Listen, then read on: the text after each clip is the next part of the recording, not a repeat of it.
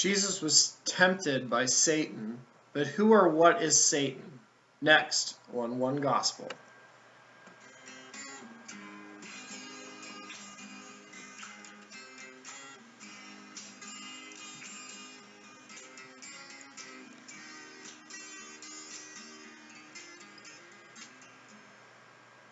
This is taken from Matthew, Mark, and Luke. Then Jesus, filled with the Holy Spirit, immediately was led by the Spirit from the Jordan into the wilderness to be tempted by Satan the devil. And in those days he was in the wilderness, not eating anything for 40 days and 40 nights. Afterward, when they had ended, he was hungry. When the tempter, the devil, came to him, he said to him, "If you are the Son of God, command these stones to become bread." Jesus answered, "It is written that man shall not live by bread alone, but by every word that proceeds out of the mouth of God." And then the devil took him up to the holy city Jerusalem, and set him on the pinnacle of the temple, and said to him, "If you are the Son of God, cast yourself down from here, for it is written, He shall give his angels orders concerning you, to guard you carefully, and on hands they shall bear you up, that you do not dash your foot against a stone at any time." Jesus said to him again, "It is written, and has been said, you shall not test the Lord your God." Again the devil took him up to an exceedingly high mountain, and showed him all the kingdoms of the world, and the glory of them in a moment of time. And the devil said to him, "I will give you all this authority and their authority, because it has been delivered to me, and I give it to whomever I wish. Therefore, if you will fall down and bow to me, all shall be yours." Then Jesus said to him, "Get behind me, away from you, Satan, for it is written, you shall worship the Lord your God, and you shall only serve him." And when the devil had ended all the trials, then the devil departed from him for a season. And he was with the wild beasts, and the angels came and served him. So we're going to look at this temptation by Satan. The first question was Jesus really tempted? Jesus' first act after baptism was to be tempted by Satan. This temptation was real, as asserted by the author of Hebrews. Hebrews 2:18, "For in that he himself has suffered being tempted, he is able to succor them that are tempted." Hebrews 4:15, "For we have not an high priest which cannot be touched with the feeling of our infirmities, but was in all points tempted like as we are, yet without sin." Next, we're going to talk about who did the tempting. Satan.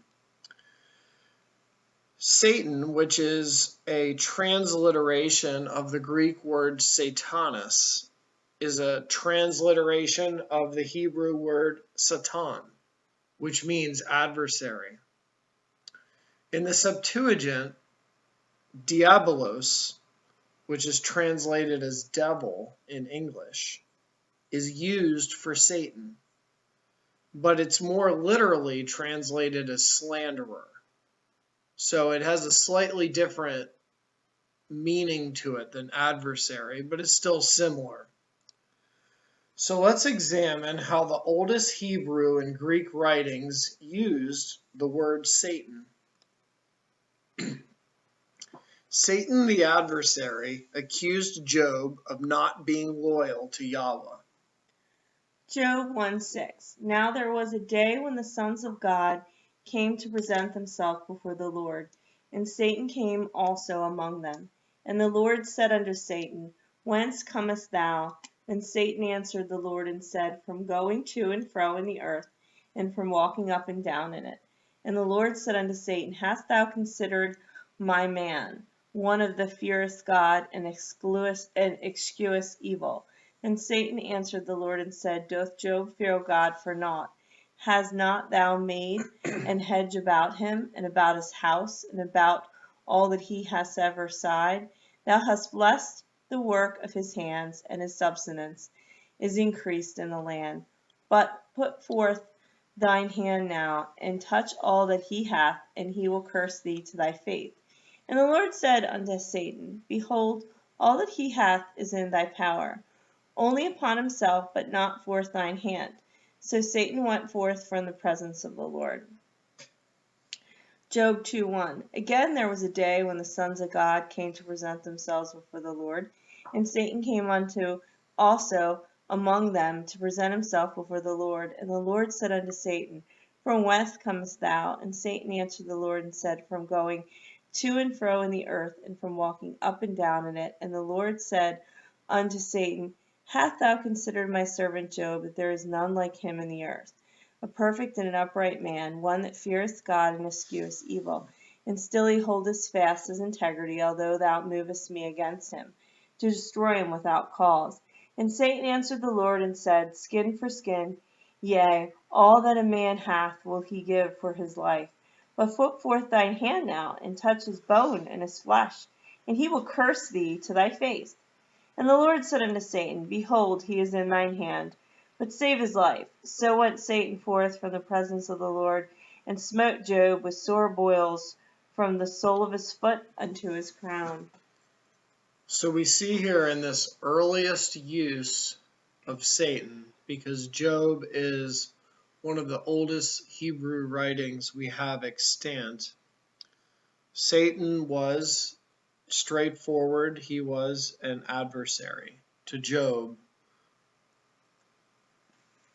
Similarly, Satan was an adversary of Joshua, which is a English translation of a Hebrew name, which is actually the same as Jesus. Joshua was the high priest in the post-exile period when the Jews had returned to the land of Judah after the exile into Babylon. And Satan was an adversary of Joshua who represented Jerusalem. Zechariah 3:1. And he shewed me Joshua the high priest standing before the angel of the Lord, and Satan standing at his right hand to resist him. And the Lord said unto Satan, The Lord rebuke thee, O Satan, even the Lord that hath chosen Jerusalem rebuke thee. Is not this a brand plucked out of the fire? Now Joshua was clothed with filthy garments, and stood before the angel.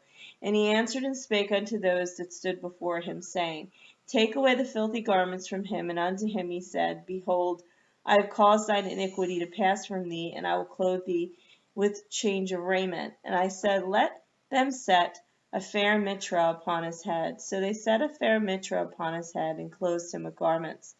And the angel of the Lord stood by, and the angel of the Lord protested unto Joshua, saying, Thus saith the Lord of hosts, If thou wilt walk in my ways, and if thou wilt keep my charge, then thou shalt also judge my house, and shall also keep my courts, and I will give thee places to walk among these that stand by. Hear now, O Joshua the high priest, that thou and thy fellows that sit before thee, for they are men wondered at. For behold, I will bring forth my servant the branch. For behold, the stone that I have laid before Joshua. Upon one stone shall be 7 eyes. Behold, I'll engrave the graving thereon, saith the Lord of the hosts. And I'll remove the iniquity of that land in one day. And in that day, saith the Lord of hosts, shall ye call every man his neighbor under the vine and under the fig tree. Satan the adversary inspired David to call a census, which was a violation of the Torah. Chronicles 21:1. And Satan stood up against Israel and provoked David to number Israel. But David himself used Satan in a human sense, both as a singular and a plural. Psalm 109, 1-7. Hold not thy peace, O God of my praise, for the mouth of the wicked and the mouth of the deceitful are opened against me. They have spoken against me with a lying tongue. They have compassed me about also with words of hatred, and fought against me without cause. For my love they are my adversaries, but I give myself unto prayer. And they have rewarded me evil for good, and hatred for my love. Set thou a wicked man over him, and let Satan stand at his right hand. When he shall be judged, let him be condemned, and let his prayer become sin. Let his days be few, and let another take his office. This last line was attributed to Judas Iscariot by Peter. Acts 1:20. For it is written in the book of Psalms, let his habitation be desolate, and let no man dwell therein, and his bishopric let another take. The famous serpent beguiled Eve to eat of the forbidden fruit in the Garden of Eden. Now, then, this was a serpent, but Satan, the devil, is personally identified as that serpent and being present in Eden and seducing Eve in the book of 2nd Enoch. The devil is the evil spirit of the lower places. As a fugitive he made Satana from the heavens, as his name was Sodamael. Thus he became different from the angels. But his nature did not change his intelligence, as far as his understanding of righteousness and sinful things. And he understood his condemnation and the sin which he had sinned before. Therefore he conceived thought against Adam. In such form he entered and seduced Eva, but did not touch Adam. Jesus shows how Satan is related to demons, serpents, scorpions, and spirits. Luke 10:17-20. The 70 returned with joy, saying, Lord, even the demons are subject to us with your name. He said to them, I beheld Satan fall from heaven like lightning.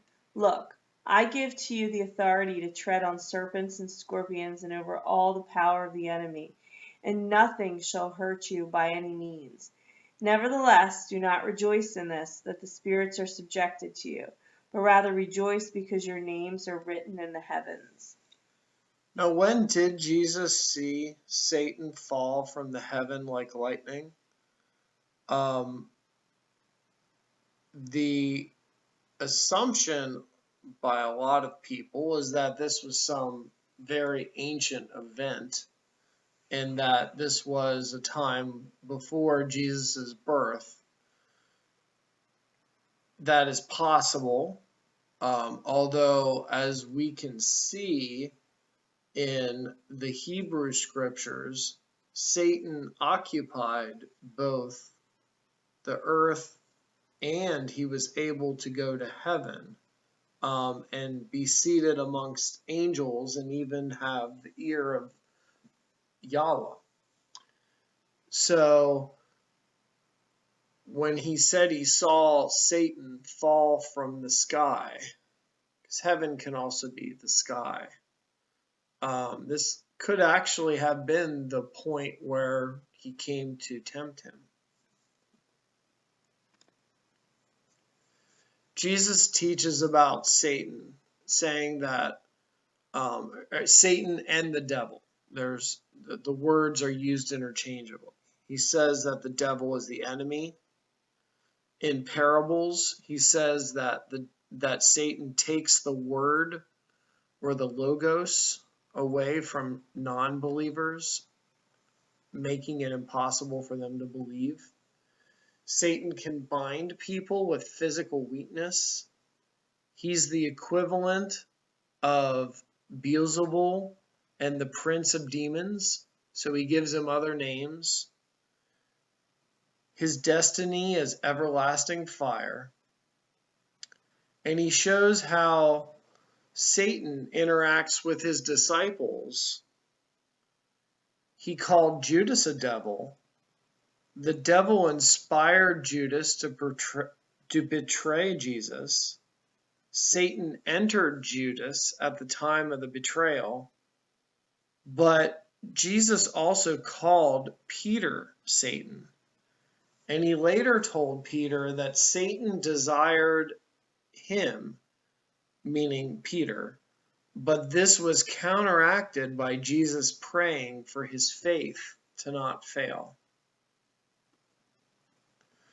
So we mentioned Beelzebul as someone that Jesus identifies as being equivalent to Satan.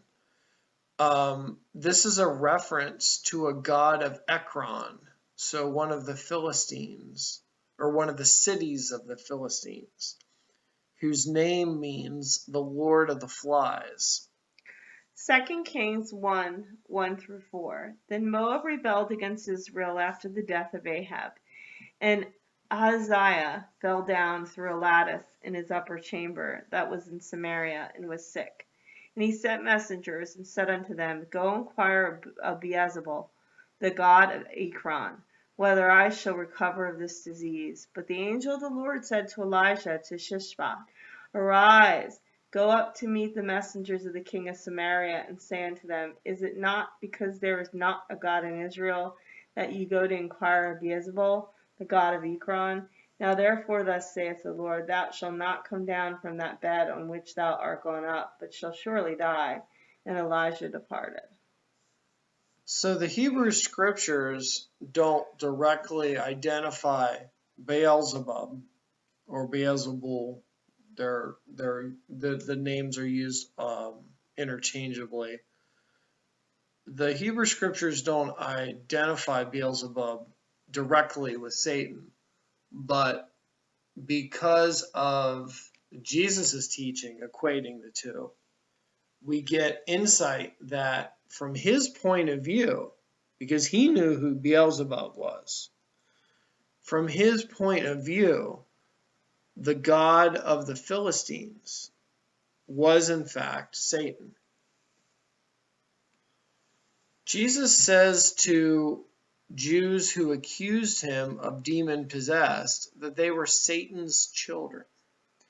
John 8:42-47. Jesus said to them, If God were your Father, you would love me. For I came forth from God, and have come. Nor have I come to myself, but he sent me. Why do you not understand my speech? Because you cannot hear my word? You are from your father, the devil, and the lusts of your father you will do. He was a murderer from the beginning, and does not stand in the truth, because there is no truth in him. When he speaks a lie, he speaks out of his own, for he is a liar and the father of it. And because I tell you the truth, you do not believe me. Which of you convicts me of sin? If I say the truth, why do you not believe me? He who is from God hears God's words. Therefore you do not hear me, because you are not from God. So someone who's anti-Semitic will grab onto this and say, oh, look, the Jews, blah, blah, blah. That's not what he was saying. So obviously, Jesus was a Jew. So this is not meant to be anti-Semitic. But when he says to the individuals who accused him of being demon-possessed, they were slandering him. So he said, you are from your father, the slanderer, because that's what devil means. Jesus says later in a vision to John, Revelation 2:9. I know the blasphemy of those who say they are Jews and are not, but are synagogue of Satan. Revelation 3:9. Look, I will make those of the synagogue of Satan, who say they are Jews and are not, but lie. I will make those come and bow down before your feet, and know that I have loved you. So again, anti-Semitic people will jump on this, but he's not talking about all Jews. He was talking about a group of people that in this context were living in Asia, because that's who John in the book of Revelation was writing to. And a synagogue of Satan would be a synagogue of the adversary. So there was a group that thought that the Christians of that community, some of which were Jewish, some of which were not, that they were speaking blasphemy. And Jesus said, no, they're a synagogue of the adversary, because I know their blasphemy. And remember, blasphemy doesn't have to have a theological term. It just means to speak evil of someone. So I know the evil speaking of those. Satan is identified as a dragon in the book of Revelation, the serpent, connecting him to the story in the garden, and the devil by John. Revelation 12:9. And the great dragon was cast out, that old serpent called the devil and Satan, which deceiveth the whole world. He was cast out into the earth, and his angels were cast out with him. Revelation 22. And he laid hold on dragon, the old serpent, which is the devil and Satan, and bound him 1,000 years. This dragon, which was also called a serpent, lost a war in heaven against Michael and the archangels and was cast to the earth. He then failed to kill the mother of Jesus and then declared war on all of her children who were the followers of Jesus. This war was carried out by a beast, which the dragon gave power to, and the people of the earth worshipped both the dragon and the beast. Later, frogs came from the dragon, which gathered the nations of the world to a great battle. This beast seems to correlate with the wicked or the lawless one that Paul says has the powers of Satan and will be revealed. So many people today are looking to some future leader that they call an antichrist that gets his power from Satan. And these are the primary verses from which they have that belief. There is a dragon that was also called a serpent in the Hebrew scriptures, and he was given a name. He was called Leviathan. And Leviathan was to be destroyed by Yahweh, the God of Israel.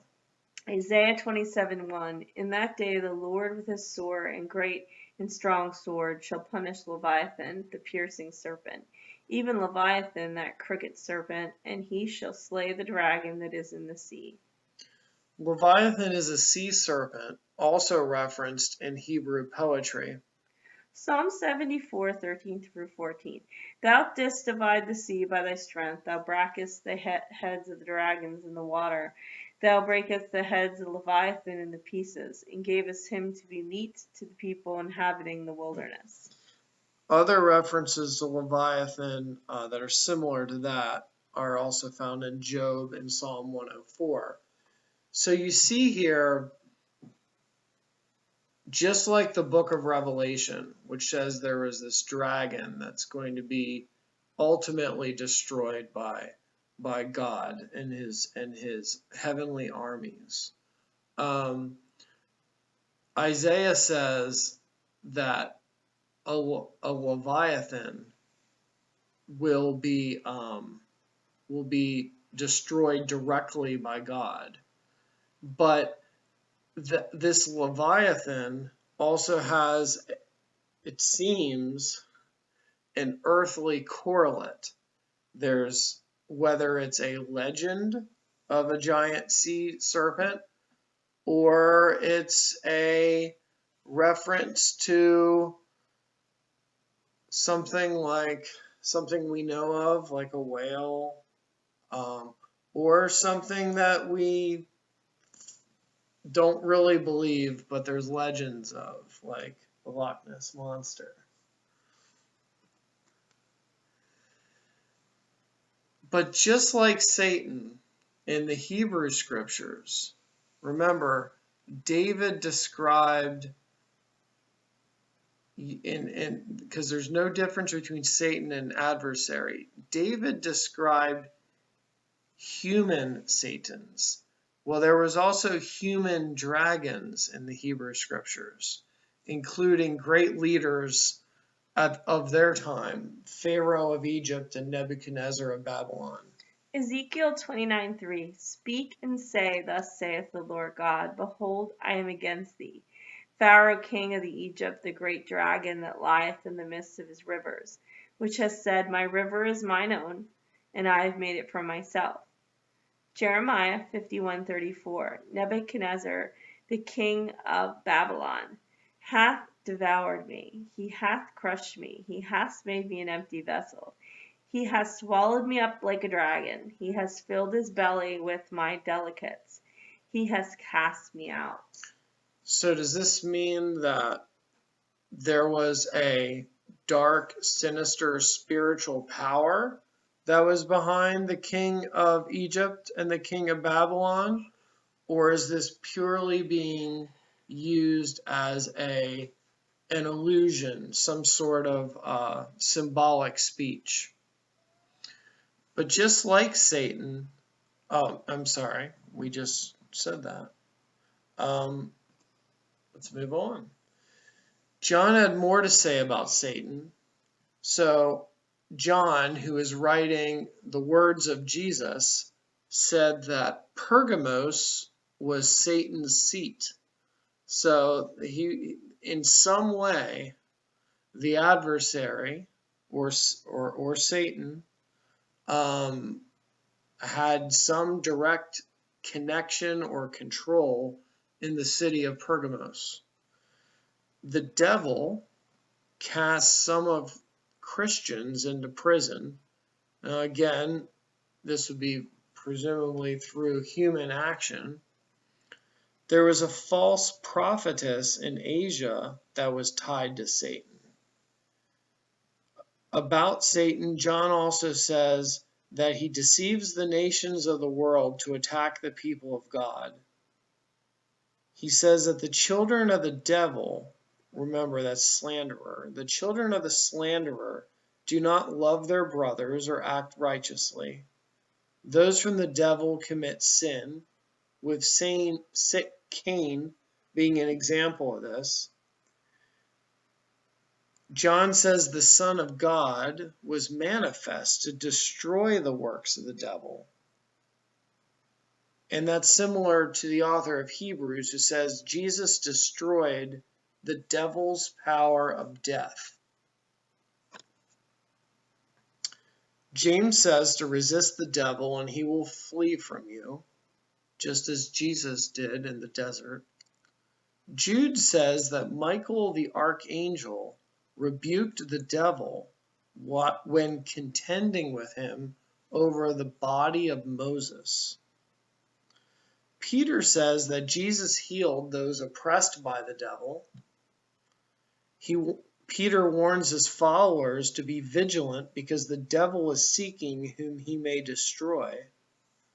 Remember, we hear in Job, what was Satan doing? He was going to and fro on the earth before he went to Yahweh to discuss Job. And Peter asks Ananias why Satan filled his heart to lie to the Holy Spirit. Paul says a number of things about Satan. He says he can transform himself into an angel of light. Paul was called to turn the Gentiles from darkness and the power of Satan. Paul suffered a thorn in his flesh, which was not healed, and he called that thorn a messenger of Satan. Paul was thwarted by Satan when trying to visit the Thessalonians, so he wasn't able to visit them because of Satan. Paul calls Elymas, the sorcerer, a child of the devil. Paul encourages the Romans, saying God would bruise Satan under their feet shortly. The context of this was they were to mark those teaching alternative doctrines. Paul tells the Ephesians not to give place to the devil and resist the wiles of the devil with God's armor. Bishops were to avoid pride and falling into the condemnation of the devil, and to avoid falling into reproach and the snare of the devil. Those that oppose themselves are in the snare of the devil. Married couples were not to deprive each other of sex, so Satan wouldn't tempt their lack of self-control. Paul says that some young widows have turned aside to Satan due to their lack of self-control, so this is presumably in some sexual nature. One man engaged in prominent fornication was to be delivered to Satan for the destruction of his flesh, so that his spirit may be saved. Paul delivered two men that were named, Hymenaeus and Alexander. He delivered them to Satan because of their blasphemy. However, he says elsewhere to not forgive a brother who repents could give Satan an advantage. So we said a lot of things from the Bible, and the starting point was that Jesus was tempted by Satan the devil in the wilderness. You look at his names: Satan, adversary, devil, slanderer, dragon, serpent, Leviathan, Beelzebul, prince of demons, the enemy, a murderer from the beginning, and a father of lies. So a lot has been said about him, and there are people that go in every direction. There are people that believe Satan is a universal demon that is nearly omnipresent and has virtual unlimited power to thwart every person trying to follow God's way. You have people on the whole other end of the spectrum that say it's entirely symbolic of the evil that lives in men, and that men are Satan or men are the dragons.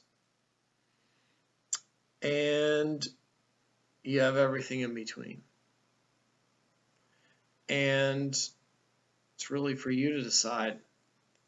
But thanks for coming along, and we'll see you next time.